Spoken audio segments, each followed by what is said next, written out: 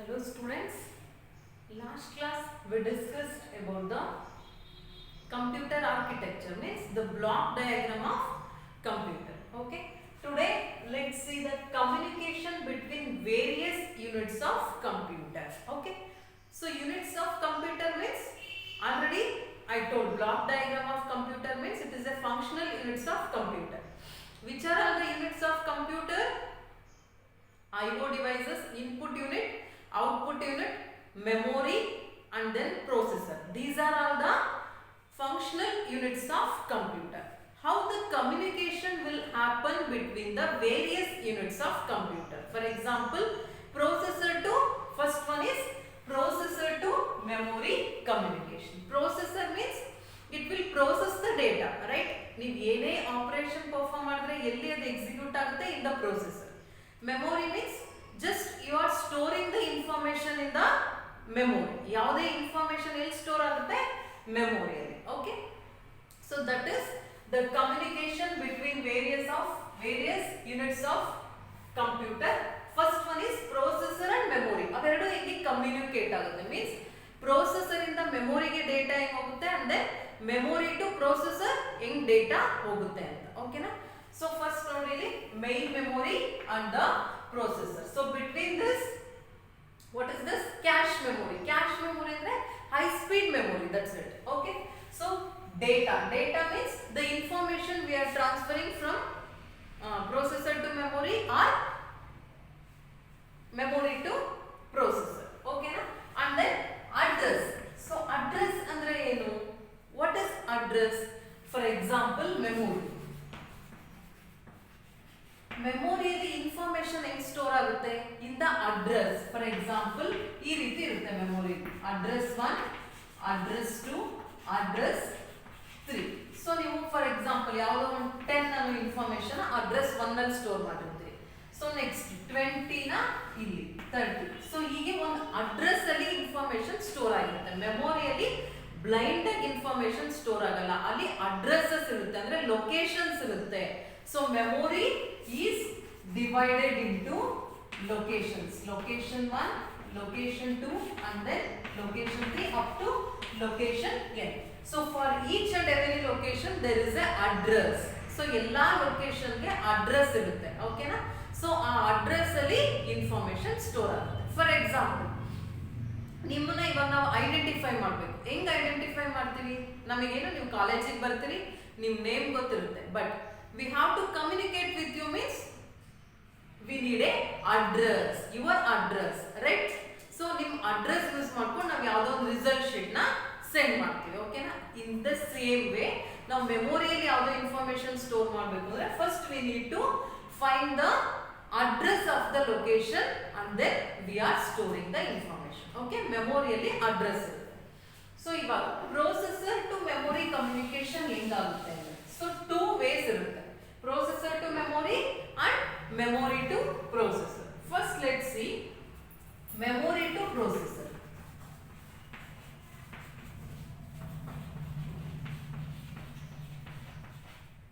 Memory to processor ಅಂದ್ರೆ ನೀವು ಮೆಮೊರಿಯಿಂದ ಪ್ರೊಸೆಸರ್ಗೆ ನೀವು ಡೇಟಾನ ಸೆಂಡ್ ಮಾಡ್ತೀರಾ. How you are going to send the data?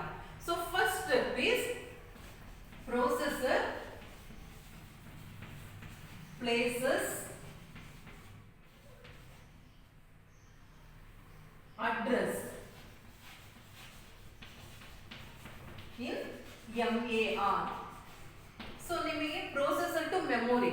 So ಇಲ್ಲಿ processor ಡೇಟಾನ ಎಲ್ಲಿಗೆ ಸೆಂಡ್ ಮಾಡ್ತಿದೆ? ಸೊ see here ಇದು ಡೇಟಾ. ಸೊ ಡೇಟಾ ಎಲ್ಲಿಗೆ ಇದು ಮಾಡ್ತಾ ಇದೆ? ಮೆಮೊರಿಗೆ ಸೆಂಡ್ ಮಾಡ್ತಾ ಇದೆ. So how it will send? First it has to find the address of the location. So ನಾನು ಏನು ಹೇಳಿದೆ, ಮೆಮೊರಿಯಲ್ಲಿ ಎಷ್ಟೊಂದು ಲೊಕೇಶನ್ ಇರುತ್ತೆ. Location 1, address 1. ಸೊ ನಾವಿಲ್ಲಿ ಅಡ್ರೆಸ್ 1 ನ ಸೆಂಡ್ ಮಾಡಬೇಕು. ಸೊ ಅದಕ್ಕೆ ಪ್ರೊಸೆಸರ್ ಏನ್ ಮಾಡುತ್ತೆ, ಅಡ್ರೆಸ್ ನ ಎಲ್ಲಿ ಕಳಿಸುತ್ತೆ? ಮೆಮೊರಿ ಅಡ್ರೆಸ್ ರಿಜಿಸ್ಟರ್ ಗೆ ಕಳಿಸುತ್ತೆ. Memory address register means it will store all the address of the memory, ಅಂದ್ರೆ ಎಲ್ಲಾ ಅಡ್ರೆಸಸ್ MAR ಅಲ್ಲಿ ಇರುತ್ತೆ, memory address register. So processor ಅದಕ್ಕೆ ಫಸ್ಟ್ ಯಾವ ಅಡ್ರೆಸ್ ಅಲ್ಲಿ ಸ್ಟೋರ್ ಮಾಡಬೇಕು? Address 1, address 2, address 3. ಸೊ ಅದು ಅಡ್ರೆಸ್ 2 ನಲ್ಲಿ ಇನ್ಫಾರ್ಮೇಶನ್ ಸ್ಟೋರ್ ಮಾಡಬೇಕು. ಅದಕ್ಕೆ ಏನ್ ಮಾಡುತ್ತೆ, ಅಡ್ರೆಸ್ 2 ಅಂತ ಎಲ್ಲಿ ಕಳಿಸುತ್ತೆ, MER ಗೆ ಕಳಿಸುತ್ತೆ. ಅಡ್ರೆಸ್ 2 ಅಂತ ಎಲ್ಲಿ ಬಂತು, ಮೆಮೊರಿ ಅಡ್ರೆಸ್ ರಿಜಿಸ್ಟರ್ ಗೆ ಬರುತ್ತೆ. So next processor issues read signal. Read command via the control bus. ನಾನು ಆಲ್ರೆಡಿ ಹೇಳಿದೆ, bus means it will communicate all the devices of the computer, all the functional units of the computer. So bus ಎಲ್ಲಾ units connect ಮಾಡಿರುತ್ತೆ. ಓಕೆನಾ. So 3 types ಇರುತ್ತೆ. Address bus ಅಂದ್ರೆ it will transfer the address of the location through that bus. Data bus ಅಂದ್ರೆ it will transfer the data.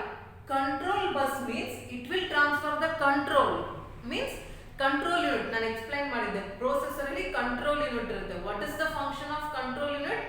It will issue the control for all the units of the computer. ಅಂದ್ರೆ ಇವಾಗ read ಮಾಡಬೇಕು ಅಂದ್ರೆ read signal ನ generate ಮಾಡುತ್ತೆ. ಎಲ್ಲಿಂದ? Control unit. So ಅದು ಎಲ್ಲಿಂದ ಹೋಗುತ್ತೆ?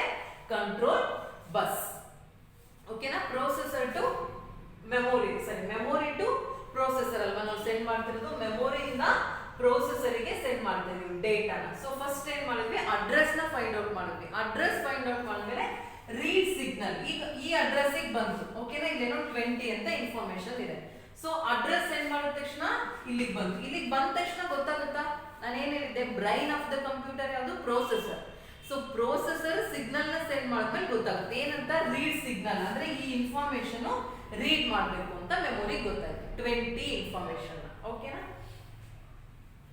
So and then memory places the data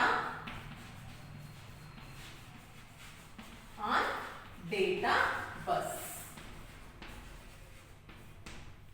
which is then transferred to the processor. So memory ಗೆ ಫಸ್ಟ್ ಟೈಮ್ ಸೆಂಡ್ ಮಾಡಿದ್ವಿ, ಅಡ್ರೆಸ್ ಸೆಂಡ್ ಮಾಡಿದ್ವಿ, ಅಡ್ರೆಸ್ 2 ಬಂತು. ಆಫ್ಟರ್ ದಟ್ ರೀಡ್ ಸಿಗ್ನಲ್ ನ ಸೆಂಡ್ ಮಾಡಿದ್ವಿ. ಓ ಅಂದ್ರೆ ಈ ಪರ್ಟಿಕ್ಯುಲರ್ ಈ ಅಡ್ರೆಸ್ ಅಲ್ಲಿ ಇರೋ ಇನ್ಫಾರ್ಮೇಶನ್ ನ ರೀಡ್ ಮಾಡಬೇಕು ಅಂದ್ರೆ ಆ ಡೇಟಾನ ಪ್ರೊಸೆಸರ್ ಗೆ ಕಳಿಸಬೇಕು ಅಂತ. ಓಕೆನಾ. ರೈಟ್ ಅಂದ್ರೆ ಏನು, ಇಲ್ಲಿ ಸ್ಟೋರ್ ಮಾಡಬೇಕು. ರೀಡ್ ಅಂದ್ರೆ ಇಲ್ಲಿಂದ ಇನ್ಫಾರ್ಮೇಶನ್ ನ ಕಳಿಸಬೇಕು. ಸೊ 20 ಇದು data. This data will places the, ಸರಿ, ಮೆಮೊರಿ ಆ ಡೇಟಾನ ಪ್ಲೇಸ್ ಮಾಡುತ್ತೆ. ಎಲ್ಲಿಗೆ? ಡೇಟಾ ಬಸ್ಗೆ. ಯಾಕೆ ಹೇಳ್ರಿ, ಯಾವುದೇ ಇನ್ಫಾರ್ಮೇಶನ್ ಎಲ್ಲಿಂದ ಹೋಗುತ್ತೆ? ಡೇಟಾ ಬಸ್ ಇಂದ. ಅದಕ್ಕೆ ಈ ಇನ್ಫಾರ್ಮೇಶನ್ ನ ಅದೇನ್ ಮಾಡ್ತು, ಡೇಟಾ ಬಸ್ಗೆ ಸೆಂಡ್ ಮಾಡ್ತು ಮೆಮೊರಿ. ಓಕೆನಾ. So next processor is going to process the data. Is going to process the data. Okay. Process the data ಅಂದ್ರೆ ಇವಾಗ ನಾವು ಇನ್ಫಾರ್ಮೇಶನ್ ನಾವೇನ್ ಕೇಳಿದ್ವಿ, ಇವಾಗ ಪ್ರೊಸೆಸರ್ ಗೆ ಏನ್ ಮಾಡಿದೀವಿ, 20 ಅನ್ನೋ ಇನ್ಫಾರ್ಮೇಶನ್ ಡಿಸ್ಪ್ಲೇ ಮಾಡಕ್ ಕೇಳಿದ್ವಿ. ಓಕೆನಾ. ಸೊ ಡಿಸ್ಪ್ಲೇ ಮಾಡೋದಕ್ಕೆ ಇದಿಷ್ಟು ಪ್ರೊಸೀಜರ್. ಫಸ್ಟ್ ಏನ್ ಮಾಡುತ್ತೆ, ಪ್ರೊಸೆಸರ್ ಅಡ್ರೆಸ್ ನ ಮೆಮೊರಿ ಅಡ್ರೆಸ್ ರಿಜಿಸ್ಟರ್ ಗೆ ಸೆಂಡ್ ಮಾಡುತ್ತೆ. ಆಫ್ಟರ್ ದಟ್ ರೀಡ್ ಸಿಗ್ನಲ್ ನ ಜನರೇಟ್ ಮಾಡುತ್ತೆ. ರೀಡ್ ಸಿಗ್ನಲ್ ಜನರೇಟ್ ಮಾಡಿದ ತಕ್ಷಣ ಮೆಮೊರಿ ಆ ಅಡ್ರೆಸ್ ಅಲ್ಲಿರೋ ಡೇಟಾನ ಡೇಟಾ ಬಸ್ ಗೆ ಹೋಗುತ್ತೆ. After that it will process the data, ಅಂದ್ರೆ ಆ ಡೇಟಾನ ಡಿಸ್ಪ್ಲೇ ಮಾಡುತ್ತೆ. So this is memory to processor. Okay na. So next is processor to memory. Ulta. Processor to memory.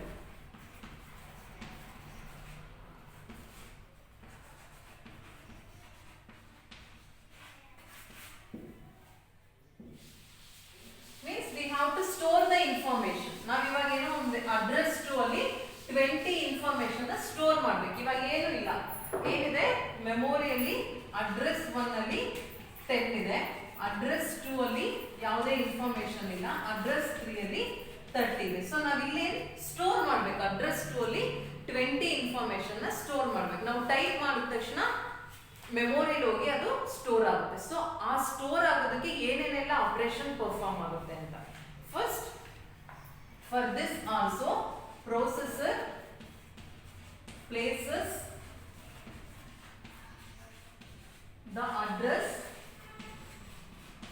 in MER, ಅಂದ್ರೆ memory address register. ನಾನು ಏನು ಹೇಳಿದೆ, through the address bus, via address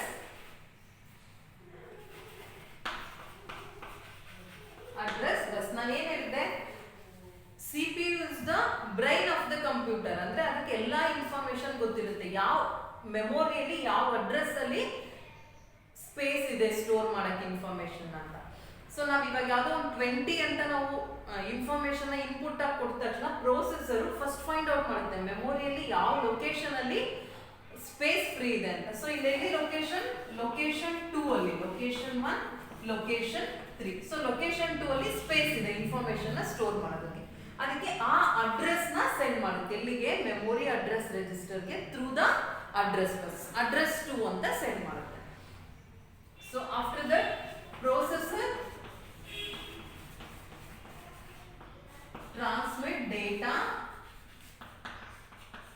transmit the data to be written via data bus. Okay, ಅಂದ್ರೆ ನಾವು ಯಾವ information processor ಡೇಟಾನ data ಬಸ್ಸಿಗೆ ಹಾಕುತ್ತೆ. ಏನಂತ 20 ಅಂತ. ನಾವು ಯಾವ್ದನ್ನ ಸ್ಟೋರ್ ಮಾಡಬೇಕು, 20 ನ. ಅದನ್ನ ಎಲ್ಲಿಗೆ ಸೆಂಡ್ ಮಾಡುತ್ತೆ, ಡೇಟಾ ಬಸ್ಸಿಗೆ ಸೆಂಡ್ ಮಾಡುತ್ತೆ. ಓಕೆ, ಸೊ ಡೇಟಾ ಬಸ್ಸಿಗೆ ಸೆಂಡ್ ಮಾಡಿದ ತಕ್ಷಣ ಅದು ಗೊತ್ತಾಗುತ್ತೆ ಏನ್ ಮಾಡ್ಬೇಕು ಅಂತ. ಇಲ್ಲ, ಸಿಗ್ನಲ್ ಜನರೇಟ್ ಆಗ್ಬೇಕು ಏನ್ ಮಾಡ್ಬೇಕು ಅಂತ. ಏನ್ ಮಾಡ್ತಾ ಇದೀವಿ ನಾವು, ಸ್ಟೋರ್ ಮಾಡ್ತಾ ಇದೀವಿ. ಸ್ಟೋರ್ ಅಂದ್ರೆ ರೈಟಿಂಗ್ ದ ಇನ್ಫಾರ್ಮೇಶನ್. ಸೊ ನಾವು ಅದನ್ನ ತಗೊಂತಾ ಇದೀವಿ ಅಂದ್ರೆ ರೀಡ್, ಅಲ್ಲಿ ಸ್ಟೋರ್ ಮಾಡ್ತಿದೀವಿ ಅಂದ್ರೆ ರೈಟ್. ಓಕೆನಾ. So processor issues right command. Processor issues right command through control bus. So signals ಎಲ್ಲಿಂದ ಬರುತ್ತೆ, ಕಂಟ್ರೋಲ್ ಬಸ್ ಇಂದ. ಸೊ ಮೆಮೊರಿಗೆ ಇಲ್ಲಿಗೆ ಬಂದು ಲೊಕೇಶನ್ 2 ಅಲ್ಲಿ ಅಡ್ರೆಸ್ ಸ್ಪೇಸ್ ಇದೆ ಅಂಡ್ ದೆನ್ 20 ಡೇಟಾ ಇದೆ. ಬಟ್ ಅದಕ್ಕೆ ಏನ್ ಮಾಡ್ಬೇಕು ಅಂತ ಗೊತ್ತಾಗ್ತಾ ಇಲ್ಲ. ಅದಕ್ಕೆ ಪ್ರೊಸೆಸರ್ ಸಿಗ್ನಲ್ ನ ಜನರೇಟ್ ಮಾಡುತ್ತೆ. ಏನಂತ, ರೈಟ್. ಅಂದ್ರೆ ಆ ಇನ್ಫಾರ್ಮೇಶನ್ ನ, ಆ ಡೇಟಾನ ಅಲ್ಲಿ ಸ್ಟೋರ್ ಮಾಡಬೇಕು ಅಂತ. ಓಕೆನಾ. So the data, last step is the data is written into memory. Written into memory at specified address. So ಆ ಪರ್ಟಿಕ್ಯುಲರ್ ಅಡ್ರೆಸ್ ಅಲ್ಲಿ ಡೇಟಾ ಸ್ಟೋರ್ ಆಗುತ್ತೆ. ಓಕೆನಾ. ನೀವು ಏನೇ ಇನ್ಫಾರ್ಮೇಶನ್ ರೀಡ್ ಮಾಡೋದಾಗ್ಲಿ ಸ್ಟೋರ್ ಮಾಡೋದಾಗ್ಲಿ ಸಿಗ್ನಲ್ಸ್ ಜನರೇಟ್ ಆಗಬೇಕು. ಅರ್ಥ ಆಯ್ತಾ. ಪ್ರೊಸೆಸರ್ ಟು ಮೆಮೊರಿ ಅಂದ್ರೆ ಫಸ್ಟ್ ಅಂದ್ರೆ ಆ ಇನ್ಫಾರ್ಮೇಶನ್ ಮೆಮೊರಿಯಲ್ಲಿ ಸ್ಟೋರ್ ಮಾಡ್ಬೇಕು. ಅದಕ್ಕೆ ಪ್ರೊಸೆಸರ್ ಗೊತ್ತಿರುತ್ತೆ ಯಾವ ಲೊಕೇಶನ್ ಅಲ್ಲಿ ಫ್ರೀ ಸ್ಪೇಸ್ ಇದೆ ಅಂತ. ಸೊ ಲೊಕೇಶನ್ ಟು ಅಡ್ರೆಸ್ 2, ಆ ಅಡ್ರೆಸ್ ನ MR ಗೆ ಸೆಂಡ್ ಮಾಡ್ತಾರೆ. MR ಗೆ ಸೆಂಡ್ ಮಾಡಿದ ತಕ್ಷಣ ಮೆಮೊರಿಗೆ ಬರುತ್ತೆ, ನಾನು ಈ ಅಡ್ರೆಸ್ ಅಲ್ಲಿ ಏನೋ ವರ್ಕ್ ಮಾಡಬೇಕು ಅಂತ. ಆದ್ರೆ ಏನ್ ವರ್ಕ್ ಮಾಡಬೇಕು ಅಂತ ಗೊತ್ತಿರಲ್ಲ. ಸೊ ನೆಕ್ಸ್ಟ್ ಪ್ರೊಸೆಸರ್ ಡೇಟಾನ ಸೆಂಡ್ ಮಾಡುತ್ತೆ. ಏನಂತ 20 ಅಂತ ಸ್ಟೋರ್ ಮಾಡಿ 20 ನ ಸೆಂಡ್ ಮಾಡುತ್ತೆ. ಬಟ್ ಅದು ಡೇಟಾ ಸಿಕ್ಕಿದೆ, ಅಡ್ರೆಸ್ ಸಿಕ್ಕಿದೆ, ಮೆಮೊರಿಗೆ ಏನ್ ಮಾಡ್ಬೇಕು ಅಂತ ಗೊತ್ತಿಲ್ಲ. ಬಟ್ ಪ್ರೊಸೆಸರ್ ರೈಟ್ ಸಿಗ್ನಲ್ ನ ಸೆಂಡ್ ಮಾಡಿದ ತಕ್ಷಣ ಸ್ಟೋರ್, ರೈಟ್ ಅಂದ್ರೆ ಸ್ಟೋರ್, ಅವಾಗ ಇಮಿಡಿಯೇಟ್ ಆಗಿ ಇನ್ಫಾರ್ಮೇಶನ್ ಸ್ಟೋರ್ ಆಗುತ್ತೆ. ರೈಟ್ ಸಿಗ್ನಲ್ ಅದು ಬಂದ ತಕ್ಷಣ ನಾನು ಇನ್ಫಾರ್ಮೇಶನ್ ಸ್ಟೋರ್ ಮಾಡಬೇಕು ಅಂತ. ಅವಾಗ ಆ ಡೇಟಾ ಯಾವ್ದಿರುತ್ತೋ ಅಲ್ಲಿ ರಿಟರ್ನ್ ಆಗುತ್ತೆ ಮೆಮೊರಿಯಲ್ಲಿ. ಓಕೆನಾ. ಸ್ಟೋರ್ ಆಗುತ್ತೆ. ರಿಟರ್ನ್ ಅಂದ್ರೆ ಸ್ಟೋರ್ ಆಗುತ್ತೆ at the specified address. So address 2 ಅಲ್ಲಿ ನಾವೇನು MR ಅಲ್ಲಿ ಇರುತ್ತೋ ಆ ಅಡ್ರೆಸ್ ಅಲ್ಲಿ ಅದು ಸ್ಟೋರ್ ಆಗುತ್ತೆ. ಅರ್ಥ ಆಯ್ತಪ್ಪ. ಸೊ ಮೆಮೊರಿ ಟು ಪ್ರೊಸೆಸರ್ ಅಂದ್ರೆ ಸೇಮ್. ಅದನ್ನ ಅವಾಗ ಮೆಮೊರಿಯಲ್ಲಿರೋ ಇನ್ಫಾರ್ಮೇಶನ್ ರೀಡ್ ಮಾಡ್ಕೊತಾ ಇತ್ತು. ಅದಕ್ಕೆ ಏನ್ ಮಾಡ್ತಿತ್ತು, ಅದು ಫಸ್ಟ್ ಸೇಮ್ ಎಲ್ಲಿ ಅಡ್ರೆಸ್, ಯಾವ ಅಡ್ರೆಸ್ ಅಲ್ಲಿರೋ ಇನ್ಫಾರ್ಮೇಶನ್ ರೀಡ್ ಮಾಡ್ಕೋಬೇಕು ಅಂತ ಪ್ರೊಸೆಸರ್ಗೆ ಗೊತ್ತಿರುತ್ತೆ. ಓಕೆನಾ. ಸೊ ಅದನ್ನ ಸ್ಪೆಸಿಫೈ ಮಾಡುತ್ತೆ. ಆಫ್ಟರ್ ದಟ್ ರೀಡ್ ಸಿಗ್ನಲ್ ನ ಜನರೇಟ್ ಮಾಡುತ್ತೆ. ಅವಾಗ ಆ ಡೇಟಾನ ಅಲ್ಲಿಂದ ಮೆಮೊರಿಯಿಂದ ಡೇಟಾ ಬಸ್ಸಿಗೆ ಹೋಗುತ್ತೆ. ಸೊ ಡೇಟಾ ಬಸ್ ಅಲ್ಲಿರೋ ಇನ್ಫಾರ್ಮೇಶನ್ ನ ಪ್ರೊಸೆಸರ್ ಪ್ರೋಸೆಸ್ ಮಾಡುತ್ತೆ. ಇದು ಉಲ್ಟಾ. ಸೊ ಅಡ್ರೆಸ್ ಸಿಗುತ್ತೆ ಅಂಡ್ ದೆನ್ ಡೇಟಾ ಸೆಂಡ್ ಮಾಡುತ್ತೆ. ಆಫ್ಟರ್ ದಟ್ ಸಿಗ್ನಲ್ ಸೆಂಡ್ ಮಾಡುತ್ತೆ ರೈಟ್ ಅಂತ. After that it will store the data. Okay. So this is about the processor to memory communication. So next processor to IO devices.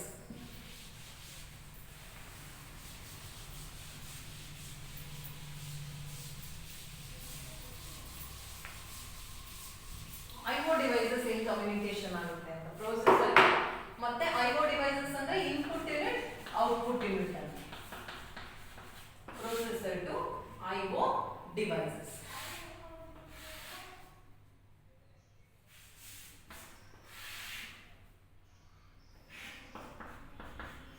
So this is CPU.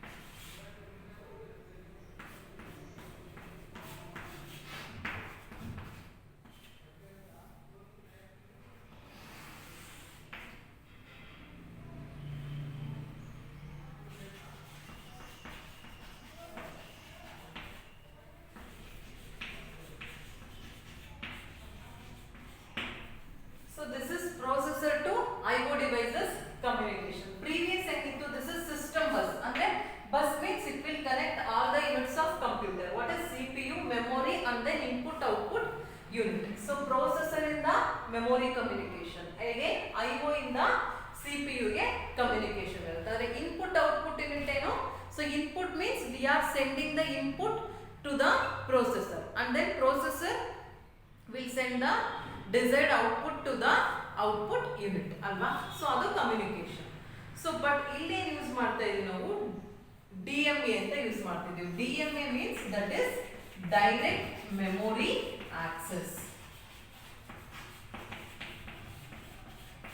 What is the function of DMA? Direct memory access means it will transfer the large amount of data. Means data na transfer ಮಾಡುತ್ತಾ IO ಇಂದ ಮೆಮೊರಿಗೆ ಅಥವಾ ಮೆಮೊರಿಯಿಂದ IOಗೆ ಅಥವಾ ಮೆಮೊರಿಯಿಂದ CPUಗೆ ಈ ರೀತಿ. But ಇಲ್ಲಿ DMA ಯಾಕೆ use ಮಾಡ್ತಿದೀವಿ ಅಂದ್ರೆ the controller is connected to buses to perform the sequence of data transfers on behalf of the CPU.